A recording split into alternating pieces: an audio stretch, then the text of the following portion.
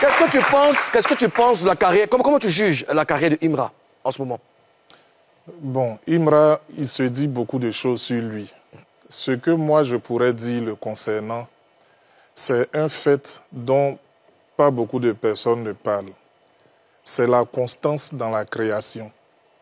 C'est la constance dans la création. Si vous tapez aujourd'hui sur YouTube le nom de Imra, vous verrez plus de chansons que vous n'y avez pensé. Il est très prolixe. Il a fait énormément de chansons. Et même quand vous remontez dans le passé, là où il n'était pas encore le Imra d'aujourd'hui, il continuait. En fait, il n'a fait que produire. C'est pour ça que quand on dit que c'est le travail qui paye, c'est effectivement le travail qui paye. Vous voyez, aujourd'hui, c'est maintenant qu'on connaît Imra. Mais quand on retourne sur ses anciennes chansons, on se demande comment est-ce qu'on n'a pas vu un tel garçon passer. Comment est-ce qu'on ne l'a pas vu?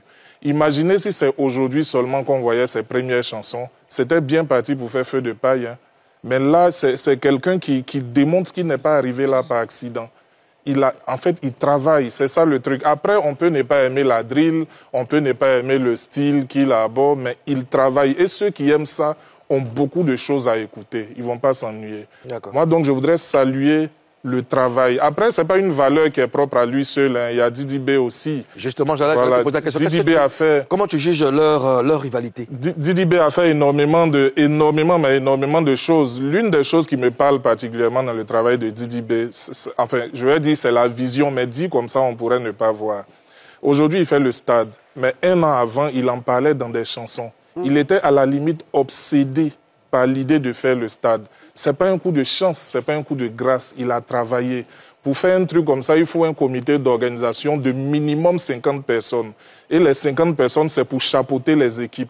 Imaginez maintenant le nombre de personnes dans chaque département pour organiser ça. C'est énorme. Donc, c'est des trucs qui se travaillent sur des années. Il y a eu le moment où il y a pensé et il y a eu le moment plus tard où il a commencé à en parler. C'est deux choses différentes. Donc, le petit, depuis longtemps, il est obsédé par ce rêve-là et il a réalisé. Maintenant, pour terminer sur la concurrence entre les deux, jamais aucun oiseau ne s'est cogné à un autre dans le ciel, en fait.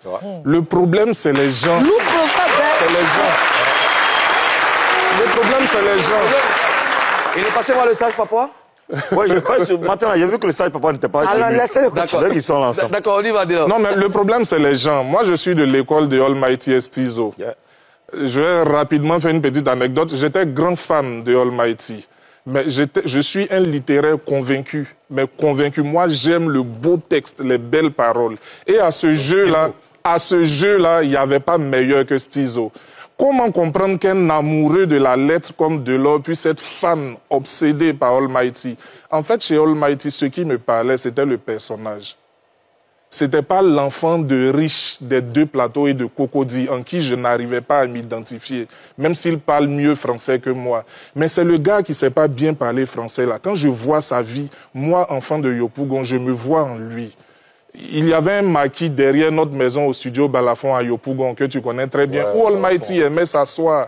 Et moi, je venais par les persiennes du maquis, je l'observe, je buvais de son personnage. En fait, c'était sa personnalité qui m'avait séduite. Mais Imra, faut pas aller chercher du français chez lui. Des gens s'identifient aux vibes qu'il ramène. Des gens s'identifient à sa musique, à son personnage, à son message. C'est ça qu'il faut apprécier. Chez Didi B, c'est vrai que c'est autre chose carrément.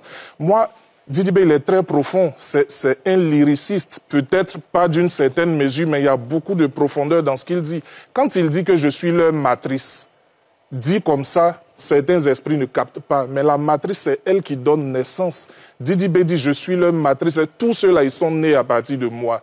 Et Imra l'a confirmé dans un direct qu'il a fait il y a quelques jours, où il a dit qu'il est devenu Imra à cause des fans de Didi B qui le prenaient pour hateuse. Alors,